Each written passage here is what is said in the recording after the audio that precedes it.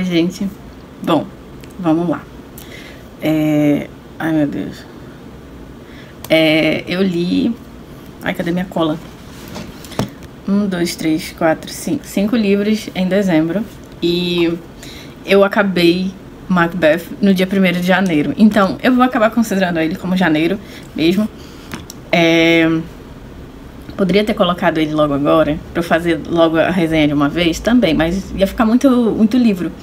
Ia ficar 6 livros e eu ia ter que fazer uma outra divisão aqui dos livros que eu marquei pra fazer nesse vídeo. Porque os próximos 2 livros, vídeos que vão sair aqui, são vídeo resenhas de 2 livros que eu li. Então eu decidi fazer um vídeo só pra cada um desses livros, porque primeiro são grandes e eu passei muito tempo lendo. Que um foi o As Minhas da Ira e o outro foi A Insustentável Leveza do Ser. E A Insustentável Leveza do Ser eu vou ler aqui também num... Comprei um livrinho, né, antes da minha promessa, e ele chegou no momento...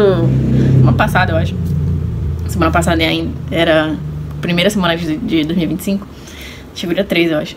Mas resumindo, eu comprei... Eu vou atrás de ler mais algumas coisas sobre A Insustentável Leveza do Ser e sobre As Minhas da Ira também, pra eu ter mais base pra falar também no vídeo. E o que acontece? Deixa eu ver se eu melhoro aqui, porque se eu me afastar muito eu fico com dificuldade de enxergar. Bom, eu li 3... neste vídeo vamos falar de 3 dos 5 livros que eu li, né, em dezembro. E um deles foi O Pacto da Branquitude, da Cida Bento. Eu peguei a indicação de ler este livro tanto pela Rita quanto pelo canal do Livrada. E, gente, é um livrinho, assim, ele é curtinho, tá? Ele é também um livro pequenininho, assim, tamanho de bolsa, sabe? E é um livro potente, de verdade. E eu sei que tem muita gente que fica naquele negócio de... Ai, que não sei o que, mas... Quem é a branquitude, né? Fica ofendido com esse termo, né? Branquitude, principalmente pessoas brancas.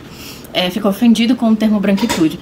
E aqui, nesse livro, a Cida, ela trata, né? De exemplificar e mostrar, né, o que é de fato essa branquitude, né? Quem é essa branquitude? Assim, é o grupo que manda e desmanda, que são majoritariamente pessoas brancas, são as pessoas que foram donas do país, né, durante um tempo aí, quando, né, os primeiros que pisaram aqui, que acharam que descobriram, só que na verdade só acharam, né, e também descobriram que tinha gente que morava aqui, né, desde que o Brasil se entende por uma terra que, né, tem o nome de Brasil, existem pessoas que foram donas, né, dele. E assim, acaba que o racismo, ele tem muitos braços, né? Ele se mostra de muitas formas no dia a dia, principalmente de pessoas pretas. E o racismo, ele aperta, ele faz doer em locais que nós somos brancos, né? Nós que não temos o recorte de raça, né, ou de cor, seja lá como você chame, nós que não estamos enquadrados num recorte assim, nós não vamos entender. E talvez a gente até se beneficie da situação do racismo no Brasil. No sentido de que, por exemplo, aqui ela exemplifica histórias de outras pessoas que também, que não são pessoas brancas, são pessoas pretas, ou pessoas que têm algum contexto, né, de cor ou de etnia, né? O fato de que nós sermos pessoas brancas, e mesmo que nós sejamos brancos pobres, não sejamos a classe dominante, e a gente não tenha dinheiro, né, para participar de toda a questão da decisão que né, se ter um sistema que te beneficie, ainda assim nós somos beneficiados de alguma forma, de alguma forma, ou então minimamente. Mas o privilégio branco, vamos dizer assim, que eu não gosto muito do termo, né? Porque conforme o tempo passa, gente, não é que eu não gosto do termo, ai, que não sei o que, não me vejo no privilégio. Nada disso. É porque, assim, fica um negócio, meio que fica carregado, né? Você falar esses termos. Você começa a abrir as pessoas, ai, cala a boca, eu não quero ouvir. Então, assim, complicado, né? Principalmente hoje na internet, falar de coisas assim. Porque são tiradas, assim, são diretas, que dão nas pessoas, né, pra gente entender, e tem gente que se ofende, né, e principalmente gente branca que se ofende, né, com o termo branquitude e tal. Então, assim, é um negócio de você saber até onde você, né, se beneficia com isso, e você também ter o negócio de você não compactuar, né. Só que esse livro exemplifica, né, até os próprios títulos deles são bem assim, para dizer mesmo em qual parte, né, a questão do pacto da branquitude ele existe. É um pacto narcísico, né, que não necessariamente ela até começa aqui falando, pessoas brancas não acordam 5 da manhã, 4:30 da manhã para fazer um pacto assim, como vamos dominar o mundo hoje, mas é como se, sabe? E branquitude e colonização europeia, né? Eu acho que quem leu esse livro e foi fazer a redação do Enem, né, que o tema era a dificuldade na valorização da herança afrodescendente, né, no Brasil, teria se beneficiado muito da leitura desse livro. Capitalismo racial, personalidade autoritária, masculinidade branca e nacionalismo, campos de estudo sobre branquitude, racismo institucional, caso das mulheres, enfrentando os desafios CERT, né, e os projetos de transformação e o momento presente. Que são situações aqui que ela exemplifica sobre como o racismo, ela é uma psicóloga, né, assim, e eu não lembro, não tenho certeza se esse aqui foi a tese de doutoramento dela, que virou livro, ou se foi outra obra dela e, né, aqui ela já escrevendo, né, com o seu sucesso acadêmico. E, gente, é difícil você falar de uma estrutura, por exemplo, é difícil a gente falar de capitalismo e não falar de racismo, porque o capitalismo precisa do racismo, né, para continuar, né. E uma coisa aqui que é citada aqui, que quanto mais a gente se desvia, né, quanto mais a gente se distancia desse padrão, e não tô falando de padrão de beleza, quanto mais a gente se distancia do padrão homem, branco, hétero, cristão, conservador, mais a gente vai ser desumanizado. Só que quando a gente chega no outro lado da coisa, quando a gente chega, por exemplo, nas pessoas pretas, aí a gente vê uma completa desumanização, né, dessas pessoas. Porque elas são o completo oposto, vamos dizer assim, do padrão. O padrão é ser um homem branco, né? O que você é além disso, né, ou o que você é diferente disso, vai dizer o quanto que você vai sofrer, né, de alguma coisa. Criada pela sociedade dos homens brancos. Criada em prol do homem branco. Então, assim... só que é toda uma situação que a gente tem que ver que o quanto que... E isso não é numa coisa assim pequena, não é micro, é macro, né? Porque a gente tem macroestruturas como países que se baseiam na questão da expropriação, da exploração, né? E que a gente, há menos de 100 anos atrás, ainda tinha, né, escravidão de alguma forma configurada. Foi abolida. Não, até hoje a gente ainda tem, por exemplo, que é uma questão que vem nas Vinhas da Ira, da questão do trabalho análogo à escravidão, né? Então, assim, é isso. É um ótimo livro, sério. Recomendo pra quem tá... Assim, gente, eu recomendo também esse livro quando você tem um apoio, no sentido de que você tem um professor, né, uma professora dando aula e tal, alguém que tenha base mesmo nos estudos sociais pra te, vamos dizer, mentorar, né, pra você ler esse livro também. E ele é tranquilo, tá? Antes que, não sei o que e tal, ele é super tranquilo. Só que assim, pra mim, que eu acho tranquilo, porque assim, eu já sou uma pessoa de esquerda, então eu já tenho leitura nisso. Ela citou vários pensadores que eu já conhecia, se não por nome eu conhecia alguma coisa da obra. Recomendo também ler Frantz Fanon, né? Só que ela pega o Fanon e coloca no bolso, né? Mas tudo bem. Mas recomendo a leitura de Fanon, principalmente. Depois, assim, vou arranjar um tempo pra colocar o Fanon nas minhas leituras, que eu ainda não li nada dele. Eu sei muito dele, das obras dele, porque eu vejo os vídeos do Jones e vejo o vídeo, né, do pessoal que tem canal aqui no YouTube, por exemplo, a própria Rita Von Hunt, Jonte Manuel, Ian Neves, História Cabeluda. Então, assim, eu acompanho. Então acaba que eu meio que sei. Aí fica essa situação. Então, assim, legal ler em grupo também. Grupos de estudantes, né, de pré-vestibular, marquem uma leitura conjunta disso aqui. Vai ser muito legal. Para vocês terem, né, argumento. Né? Não só para fazer uma redação, mas ajuda muito na hora de você entender e ter pensamento crítico, né, de pensar também na questão de que, como, né, a redação do Enem já deu o gancho, né, da gente pensar em como que a gente, e que é uma coisa que é citada aqui, a questão do apagamento, né, a gente não vê muito sobre a história de pessoas pretas, ou a gente não vê histórias de pessoas, por exemplo, que foi uma crítica, né, que o Chavoso fez, a questão do filme Ainda Estou Aqui, né, de que a gente não tem um referencial, por exemplo, da favela, ou então do pessoal da periferia, né, e aqui no norte, por exemplo, a gente vive mais a fundo nessa fossa, porque a gente vive um real apagamento, né, da nossa importância. Então, assim, que a questão, né, do apagamento não é uma coisa assim, acontece, né, de não ter ninguém, não tem nenhuma negra, não tem nenhum indígena, né, não é... me esqueci. É projeto, né? É projeto. Então, mas é um livro, assim, que eu recomendo bastante, sabe?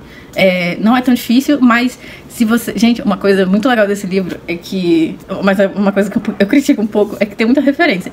É muito legal você ir ver a referência, por exemplo, ela citou a Shirley Bembe, né? Eu quero ler o Necropolítica, eu sei do que se trata, mas eu quero ler. Só o chato que eu achei, assim, é porque como é um livro de estudo mesmo de ciências sociais, pra mim, eu não gosto muito da ideia das fontes estarem no final, apesar de ser melhor, né, dar mais tempo, dar mais tempo pra você falar, mais espaço pra você falar, explicar mais algumas coisas, né. Só que eu preferia mais que estivesse nas notas de rodapé, mas é coisa completamente pessoal minha mesmo. É porque nos livros da minha área, né, as coisas tendem a estar mais no rodapé, né. E a referência mesmo fica ela seca lá no final, né? E é basicamente isso. Mas é uma questão de preferência mesmo, de como eu já tô acostumada a consumir as notas de rodapé e as referências das coisas. Bom, o que mais que eu li foi... o vídeo vai ficar grande. Eu vou tentar não tomar muito tempo. Vai lá, vai. Próximo take agora. O próximo que eu li foi aqui no Kindle, foi Esôfago. Que é de um autor brasileiro chamado Ítalo Oliveira. Eu peguei ele no Kindle Unlimited. Eu não sei se ainda tá. Eu vou deixar aqui a correção se tiver ou não. Mas, gente, que livrinho, sabe? Eu fiquei passada. Ai, pera, eu acho que saiu. Poxa, que tristeza. Mas vai ficar a capa aqui. Eu peguei esse livro no Kindle Unlimited e ele é uma história brasileira, né? O autor é brasileiro. E assim, gente, eu fiquei assim, nossa, eu senti como se eu voltasse, sabe? Pra época onde se passa o livro. O livro tem mescla passado e presente, né? O passado são os anos a partir, assim, do ensino médio da protagonista, que vai mais ou menos 2008, ela se forma em 2010 e a gente tem o presente. Mas o livro começa, basicamente, no dia que a nossa protagonista, o nome dela é Lígia, ela tá indo trabalhar, ela trabalha em São Paulo, ela trabalha pra uma revista. E o que que acontece? Ela tá indo, né, trabalhar, ela tá entrando no metrô. Nisso que ela tá entrando no metrô, aí ela até descreve, né, essa sensação de que, nossa, todo mundo tem que trabalhar, aquela massa de gente, né, e o transporte público lotado, e aquela situação toda, né, do desconforto que é você viver, né, trabalhar numa grande cidade, né, mas a história começa e eles avisam, olha, a gente vai sofrer um atraso, a gente vai ter que parar porque a gente teve um sul no trilho do trem. Uma moça se jogou, né, nos trilhos do trem. E até então, aquele sentimento de precisava ser agora, precisava ser, tipo, ela até se pega pensando, nossa, eu fui horrível pensando isso. Mas, em parte, ela não pensa isso sozinha, né? Porque muitas pessoas pensam, poxa, precisava ser agora de manhã, não tinha outro horário pra fazer isso, né? Vai atrasar todo mundo, todo mundo vai chegar no trabalho, vai levar xoxo de chefe, né?